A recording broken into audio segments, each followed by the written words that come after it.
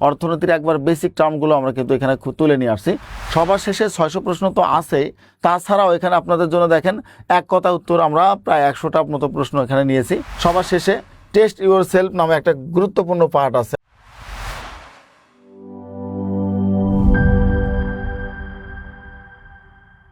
আসসালামু আলাইকুম, সবাইকে বিদ্যাবাড়ি পাবলিকেশনসের পক্ষ থেকে স্বাগত জানাচ্ছি। আমি শাওন মুস্তফা। আজ আপনাদের আমাদের বিদ্যাবাড়ি পাবলিকেশন কর্তৃক প্রকাশিত যে সকল সাবজেক্টিভ বই আছে এর মধ্যে অর্থনীতি থেকে আলোচনা করার জন্য এসেছি। অর্থাৎ কলেজ পর্যায়ের অর্থনীতি থেকে আপনাদের আজকে বিশেষ কিছু আমরা কিভাবে অর্থনীতি বইটা তৈরি করেছি এবং আমাদের বইয়ে কী কী বৈশিষ্ট্যগুলো আছে এবং প্রাথমিকভাবে অর্থনীতি বইয়ের সূচিপত্রগুলো নিয়ে আলোচনা করার চেষ্টা করব। পাশাপাশি অর্থনীতি বই কীভাবে পড়লে আপনি মূলত শিক্ষক নিবন্ধনের কলেজ পর্যায়ের একটা ভালো মার্ক তুলতে পারবেন সেই বিষয়ে একটু দিক নির্দেশনা দেওয়ার জন্য আজকে আপনাদের সাথে এসেছি। তো সবাই কেমন আছেন এবং কে কোথায় থেকে আমাকে দেখছেন অবশ্যই কমেন্টের মাধ্যমে জানানোর চেষ্টা করবেন। তো আমরা আজকে প্রথমে যদি বইয়ে চলে যাই, এনটিআরসি বিষয়ভিত্তিক কলেজ পর্যায়ে অর্থনীতি বই সম্পাদনায় আমাদের মাইদুল ইসলাম মুকুল প্রধান স্যার এবং আমাদের R&D টিম থেকে যারা চৌখস যারা আছেন তারা সহ আমি এই বইটার মধ্যে একটু যতটুকু পারি আর কি সহযোগিতা করেছি। আর এই বইটার যদি বিশেষ বৈশিষ্ট্য আপনাদেরকে বলতে চাই তাহলে প্রথমত যেটা বৈশিষ্ট্য সেটা হচ্ছে বইটা টপিক ভিত্তিক, একেবারে সিলেবাস ধরে ধরে অধ্যায় ভিত্তিক আলোচনাগুলো করা হয়েছে। অনেক ক্ষেত্রে ইকোনমিক্যাল টার্মগুলো বা ইকোনমিক্যাল যে পিকচারগুলো থেকে শুরু করে যে গ্রাফ এবং ইকোনমিক্সের যে ভাষাগত ব্যাপারগুলো এগুলোকে সুন্দর করে দেখা হয়েছে যাতে কোনোভাবে আপনাদের যেন সমস্যা না হয়। পাশাপাশি কার্ভের সাহায্যে সবগুলো বুঝিয়ে দেওয়া হয়েছে যাতে অর্থনীতিতে এই বিষয় থেকে প্রশ্ন আসলে কোনোভাবে যেন আপনার মিস না হয়।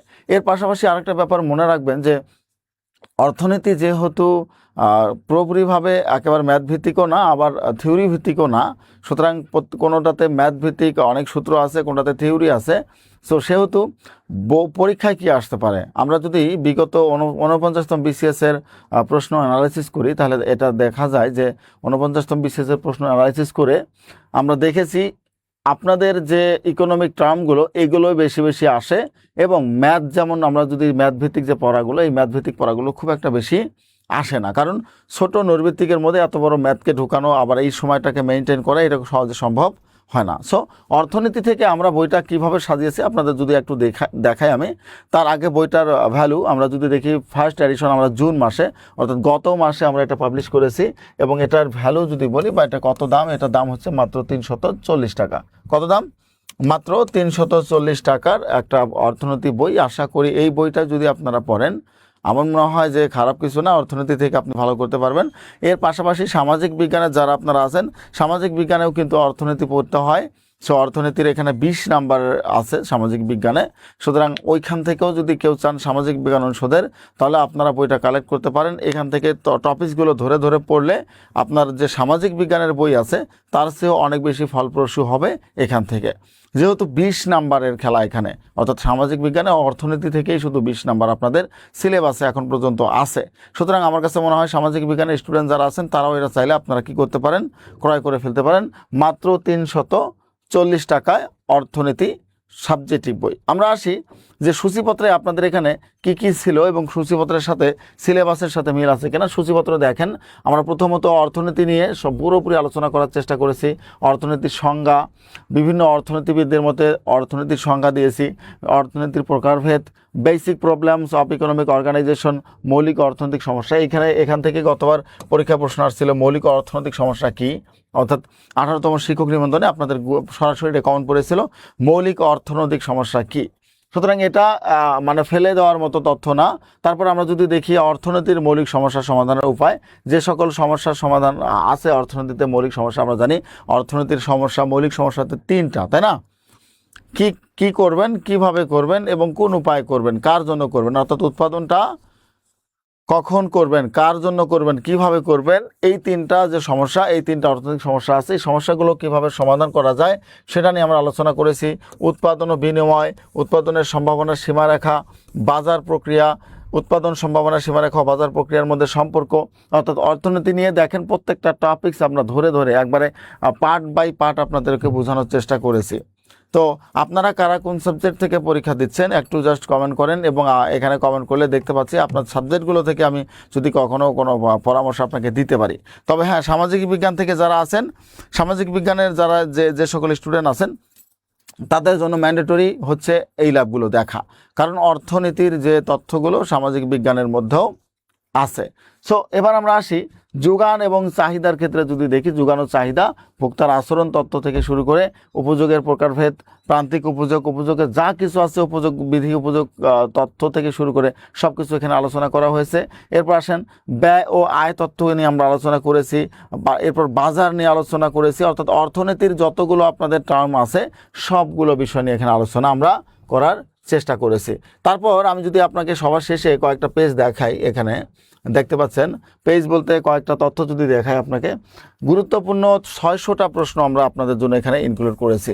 অন্যান্য সময় আমরা এতগুলো প্রশ্ন কখনো ইনক্লুড করি না, কিন্তু এবার আপনাদের জন্য আমরা গুরুত্বপূর্ণ 600টা প্রশ্ন, অর্থনীতি যারা সাবজেক্ট আছেন তাদের জন্য গুরুত্বপূর্ণ 600টা প্রশ্ন আমরা এখানে ইনক্লুড করে দিয়েছি। 18তম শিক্ষক নিবন্ধন লিখিত পরীক্ষার প্রশ্ন আমরা এখানে দিয়েছি, 49তম BCS লিখিত পরীক্ষার প্রশ্ন আমরা এখানে দিয়েছি। আর এই প্রত্যেকটা তথ্যই কিন্তু আমরা কি করেছি, ব্যাখ্যা সহ বিশ্লেষণ করার চেষ্টা করেছি, অর্থাৎ ব্যাখ্যা সহ বিশ্লেষণ করেছি প্রত্যেকটা তথ্যই। তাহলে আমরা মূল পড়ায় চলে যাই, দেখি অর্থনীতি থেকে আপনাদের কিভাবে আমরা সাজিয়েছি। প্রথমে আমরা যদি সূচিবদ্ধ ভূমিকাতে আসি, দেখেন অর্থনীতির সংজ্ঞা। হ্যাঁ, অর্থনীতির সংজ্ঞা শুধু এইভাবে আমরা নিয়েছি এরকম না যে বাজারে যেরকম আছে অমনি বই থেকে দিলাম কাট করলাম, এরকম না। অর্থনীতির সম্পর্কে বিশদ আলোচনা করার জন্য অর্থনীতির একবার বেসিক টার্মগুলো আমরা কিন্তু এখানে তুলে নিয়ে আসছি। যদি দেখি যে অর্থনীতি শব্দটি ইংরেজি প্রতিশব্দ হচ্ছে ইকোনমিক্স, এটি গ্রিক শব্দ ইকোনমিয়া থেকে এসেছে, যার অর্থ হচ্ছে গৃহ ব্যবস্থাপনা। 1776 সালে আডাম স্মিথ তার বিখ্যাত বই an inquiry into the nature and causes of the wealth of Nations এ অর্থনীতিকে একটি স্বতন্ত্র বিষয় হিসেবে উল্লেখ করেছেন। তাহলে পরীক্ষা আপনাদের অনেক সময় প্রশ্ন এভাবে আসে যে অর্থনীতি কখন বা কত সাল থেকে একটি স্বতন্ত্র বিষয় হিসেবে কি হয় আত্মপ্রকাশ করে, 1776 সালে। এরপর আসতে পারে যে কোন অর্থনীতিবিদ অর্থনীতিকে স্বকীয় সাবজেক্ট হিসেবে উল্লেখ করেছেন, এটা হচ্ছে অ্যাডাম স্মিথ। অ্যাডাম স্মিথ তার কোন বইয়ে অর্থনীতিকে সক্রিয় বা স্বকীয় সাবজেক্ট হিসেবে আলোচনা করেছেন, ওয়েলথ অফ নেশনস। ঠিক আছে, তারপরে আমরা দেখি যে অর্থনীতির যে মৌলিক সমস্যাগুলো রয়েছে, সমস্যাগুলোর ক্ষেত্রে প্রথমত দুটি মৌলিক সমস্যা, তারপর আমরা জানি তিনটা মৌলিক সমস্যা, সম্পদের দুষ্প্রাপ্যতা এবং কিভাবে আপনি নির্বাচন করবেন, অর্থাৎ সম্পদ একেবারে কম আমাদের চাহিদার তুলনায়, আমরা এই কম চাহিদা সম্পদ দিয়ে আমরা কিভাবে অসীম চাহিদাকে পূরণ করব, মানে কম সম্পদের মাধ্যমে কিভাবে অসীম চাহিদাকে পূরণ করব, এখানে একটা আলোচনা করা হয়েছে। তারপর আমরা যদি দেখি নির্বাচন কিভাবে করবেন, এই অল্প সম্পদের মধ্যে কোনটা ছেড়ে কোনটা নেবেন, এটা নিয়ে আলোচনা আমরা করার চেষ্টা করেছি। এরপর বিভিন্ন অর্থনীতিবিদদের মধ্যে অর্থনীতির সংজ্ঞাগুলো আলোচনা করার চেষ্টা করেছি, যে বিভিন্ন অর্থনীতিবিদ অর্থনীতিকে বিভিন্নভাবে সংজ্ঞায়িত করেছেন, যথা অ্যাডাম স্মিথের মতো economics is the science of wealth. অনেক বেশি গুরুত্বপূর্ণ এই প্রশ্নটা, যে কোনো সময় পরীক্ষা আসতে পারে। Economics is the science of the wealth, এটা পরীক্ষা আসার জন্য 100% গুরুত্বপূর্ণ প্রশ্ন। আবারও বলে দিচ্ছি, যারা সামাজিক বিজ্ঞানের স্টুডেন্ট তাদের জন্য কিন্তু অর্থনীতি অনেক বেশি গুরুত্বপূর্ণ, এবং আপনারা লাইভটা দেখতে পারেন, শেয়ার করে রাখতে পারেন আপনাদের পরীক্ষার জন্য। আমি আশা করি যে এখান থেকে যদি আপনাদের সিলেবাসের কোনো পরিবর্তন না আসে, তাহলে এখান থেকে আপনারা প্রশ্ন কমন পাবেন। ঠিক আছে, যারা আছেন সবাই দেখতে পারেন। তার মতে যে শাস্ত্র জাতিসমূহের সম্পদের উৎপত্তি ও কারণ বিশ্লেষণ করে তাই অর্থনীতি। তিনি মূলত বস্তুগত সম্পদের কথা উল্লেখ করেছেন। আমরা এবার চলে আসি এই অর্থনীতি থেকে আবার আমরা কিভাবে এটাকে সাজিয়েছি। দেখেন, অর্থনীতির প্রকারভেদ সুন্দর করে একটা ঘরের মাধ্যমে আপনাদের দেওয়ার চেষ্টা করেছি। এখানে বইটা থাকলে আমি দেখাতে পারতাম। সো অর্থনীতির প্রকারভেদের মধ্যে আমরা দেখেন একটা ঘর দিয়েছি সুন্দর করে, এই ঘরের মধ্যে অর্থনীতির প্রকারভেদগুলো মানে আমরা বিশ্লেষণ করার চেষ্টা করেছি। আর এরপরে দেখেন প্রকারভেদগুলোকে দুটি দৃষ্টিকোণ থেকে ভাগ করে আমরা দেখেছি যে পজিটিভ ইকোনমিক্স, নর্মেটিভ ইকোনমিক্স থেকে আবার ম্যাক্রো এবং মাইক্রো ইকোনমিক্স নিয়েও আলোচনা করার চেষ্টা করেছি, অর্থাৎ অর্থনীতির কোনো শাখা এখানে আমরা রাখিনি। এবার আমরা দেখি যে পরে আমরা সবার শেষে আমরা এটাকে কিভাবে সাজিয়েছি। দেখেন, central problems of an economics, কি সুন্দর করে পিকচারের মাধ্যমে সাজানো হয়েছে। যারা বাজার থেকে অন্যান্য বইগুলো কিনেছেন আপনারা এটা দেখতে পারেন যে আসলে এইরকম করে আপনাকে সাজানো হয়েছে কিনা, বা অন্যান্য বইগুলোতে এরকম আছে কিনা। হোয়াট টু প্রডিউস, কি আমরা উৎপাদন করব, এটা নিয়ে আমাদের অনেক সময় অর্থনীতিতে সমস্যা দেখা দেয়। হাউ টু প্রডিউস, কীভাবে উৎপাদন করব, এবং ফর হুম টু প্রডিউস, আমরা কার জন্য উৎপাদন করব। অর্থনীতিতে এই তিনটা সমস্যা সবচেয়ে বেশি হয়ে কাজ করে, অর্থাৎ এই তিনটা সমস্যা অনেক বেশি কাজ করে। তারপরে আমরা দেখি এই অর্থনীতির এই শাখাগুলো থেকে আপনাদের জন্য আমরা বাড়ির কাজ হিসেবে বা একটা টপিক শেষ হওয়ার পর আপনাদের জন্য আমরা কি রেখেছি একটু সবাই লক্ষ্য করি। শুধুমাত্র অর্থনীতি না, আমাদের সকল বইয়ে কিন্তু এরকম সব কিছু দেওয়া আছে। সো আমরা যদি দেখি যে এর পরের মানে আমরা সবার শেষে কি হিসেবে আপনাদের কি সাজিয়েছি, এটা একটু দেখলে আপনারা বুঝতে পারবেন যে আমাদের বইটা কেন আপনাদের বাজারের থেকে ইউনিক একটা বই, তাহলে বুঝতে পারবেন। পুরো লেকচারটার মধ্যে একটা পার্ট শেষ করে আমরা সবার শেষে মূলত আপনাদের জন্য এক কথায় উত্তর রেখেছি, অর্থাৎ এটা সচরাচর আপনি কোথাও এত বেশি পাবেন না। আমরা যেটা এটা আপনাদের জন্য আয়োজন করেছি, সবার শেষে 600 প্রশ্ন তো আছেই, তাছাড়াও এখানে আপনাদের জন্য দেখেন এক কথা উত্তর আমরা প্রায় 100টার মতো প্রশ্ন এখানে নিয়েছি।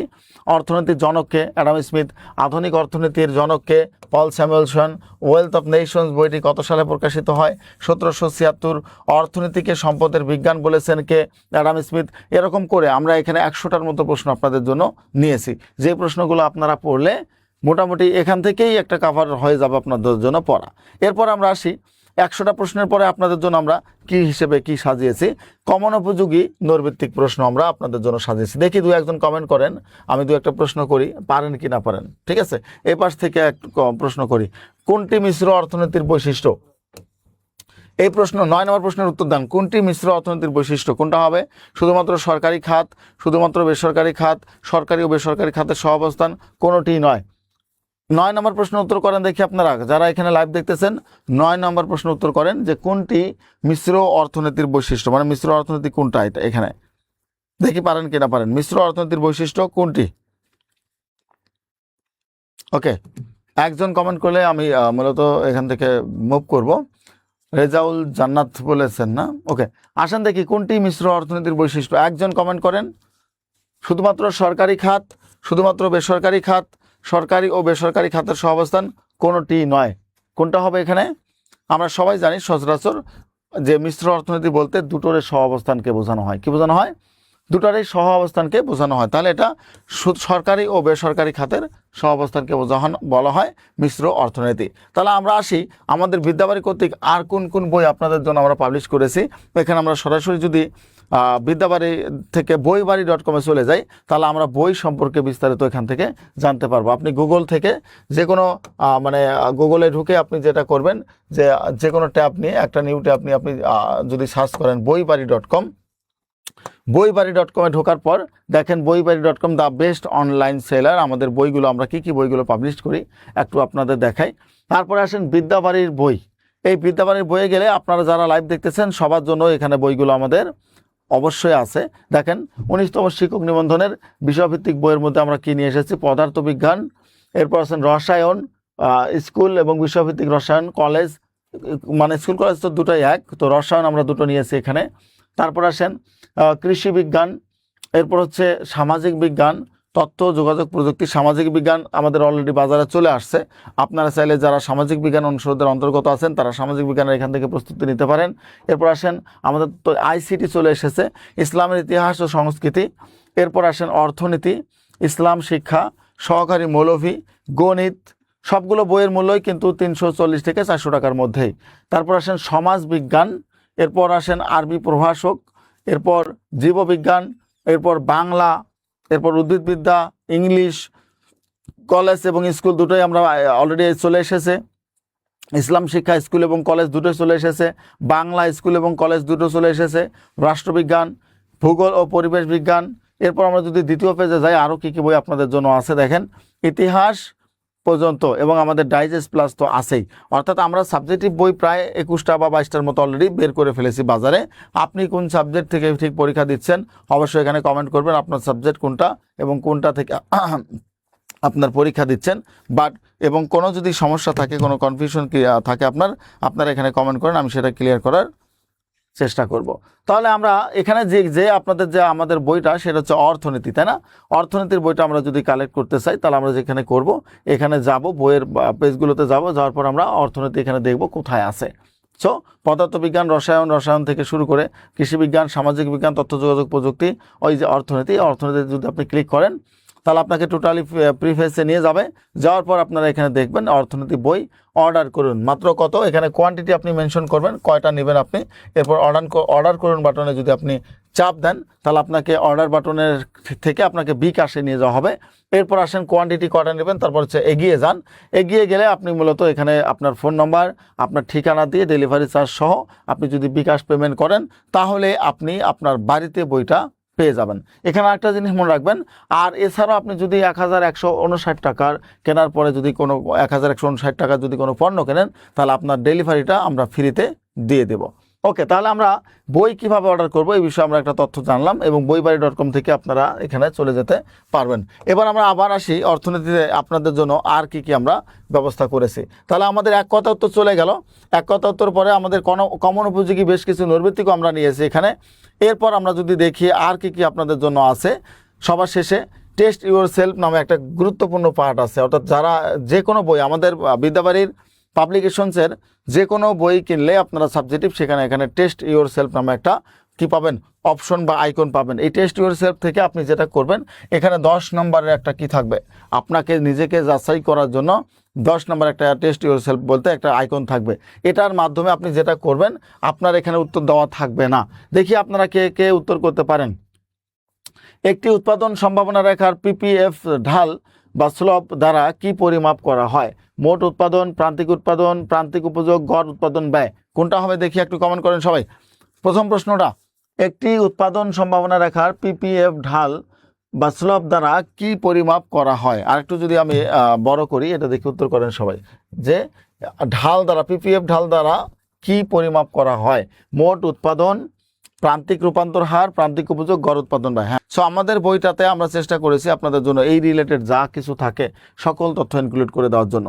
এরপর আমরা আসি, আবার বলে দিচ্ছি বইটার ভ্যালু মাত্র 340 টাকা, বইটার মূল্য মাত্র 340 টাকা। আপনারা যারা আছেন তারা বইটা সংগ্রহ করতে পারেন, যারা অর্থনীতির আছেন তারাও করতে পারেন, যারা সামাজিক বিজ্ঞান অনুষদের মধ্যে আছেন তারা বইটা সংগ্রহ করতে পারেন। তো টেস্ট ইউর সেলফে আপনাদের জন্য 10টা প্রশ্ন আছে। এই 10টা প্রশ্নে আবার আমরা যেটা করেছি এগুলোর উত্তরের সাথে আমরা ব্যাখ্যা যোগ করে দিয়েছি। অর্থাৎ প্রত্যেকটা প্রশ্নের প্রত্যেকটা অধ্যায় শেষে আপনাদের জন্য প্রথমত 100 নৈর্ব্যক্তিক আছে। এক কথা উত্তর কটা আছে? 100টা। এরপর আপনাদের জন্য মানে নৈর্ব্যক্তিক বা এমসিকিউ টাইপ কটা আছে? 100টা।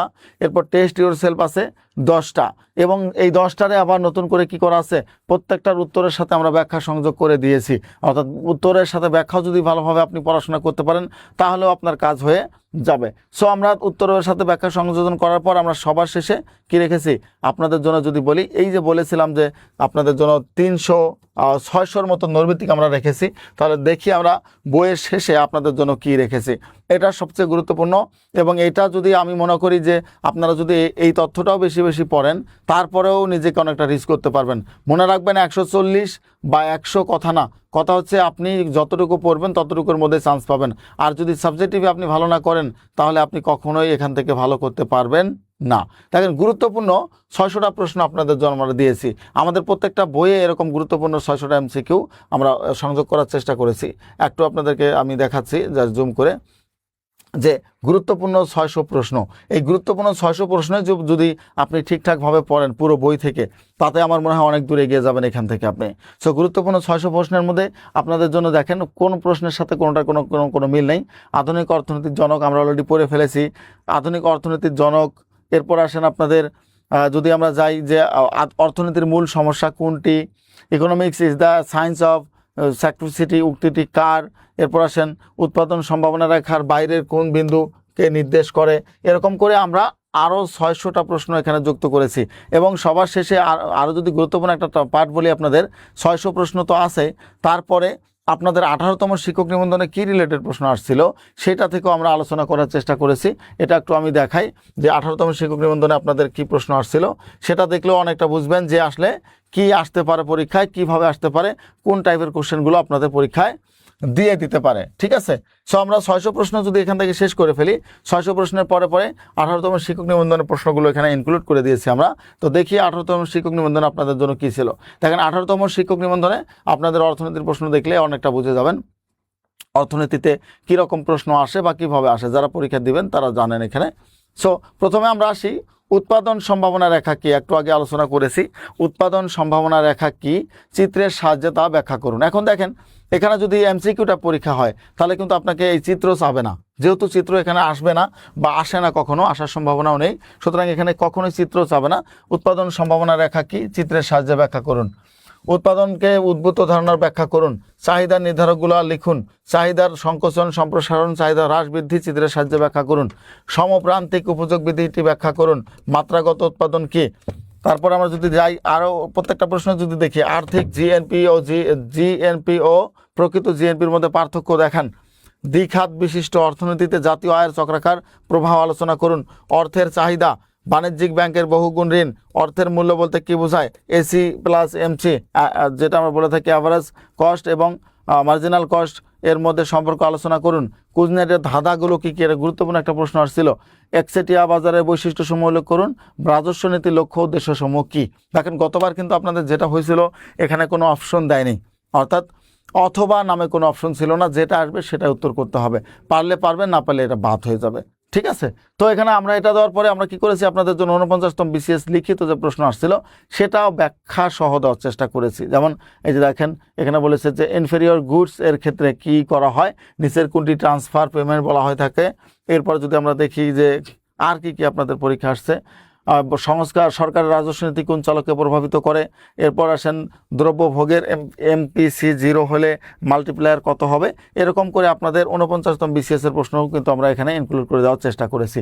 অর্থাৎ বইটা যদি কেউ পড়েন আমি মনে করি একটা কমপ্লিট আপনাদের সাজেশন হয়ে যাবে, আর বাইরের কোনো বই পড়তে হবে না, এবং একটা বই আপনার মোটামুটিভাবে আশা করি ভালোভাবে কমন পাবেন সকল প্রশ্ন। আবার বলি বইটার মূল্য মাত্র 340 টাকা। কত টাকা? মাত্র 340 টাকা। প্রত্যাশা থাকলেও আপনারা যদি এই বইটা সবাই ফলো করেন বা এই বইটা কেনেন তাহলে আশা করি আপনাদের অর্থনীতির যে সকল বেসিক সমস্যাগুলো আছে সেগুলো অ্যাটলিস্ট শেষ হয়ে যাবে, সেগুলো অ্যাটলিস্ট আপনারা ভালোভাবে পারবেন বলে আমি মনে করি। সো আমাদের তাহলে বইটার মূল্য 340 টাকা। বইটা অলরেডি বাজারে চলে এসেছে, অর্থনীতি বই, অর্থনীতি কলেজ পর্যায়ের বই, সাবজেক্টিভ। আপনারা চাইলে অর্ডার করতে পারেন। এছাড়া আমাদের বইবাড়ি.com-এ ঢুকে আপনাদের আকাঙ্ক্ষিত এবং আকাঙ্ক্ষিত যে সকল বইগুলো আছে সেগুলো তো আপনারা অর্ডার করতে পারেন। আজকের মতো এখানেই রাখছি, ইনশাআল্লাহ আগামী ক্লাসে আবার আপনাদের সাথে দেখা হবে। ভালো থাকবেন সবাই, সুস্থ থাকবেন।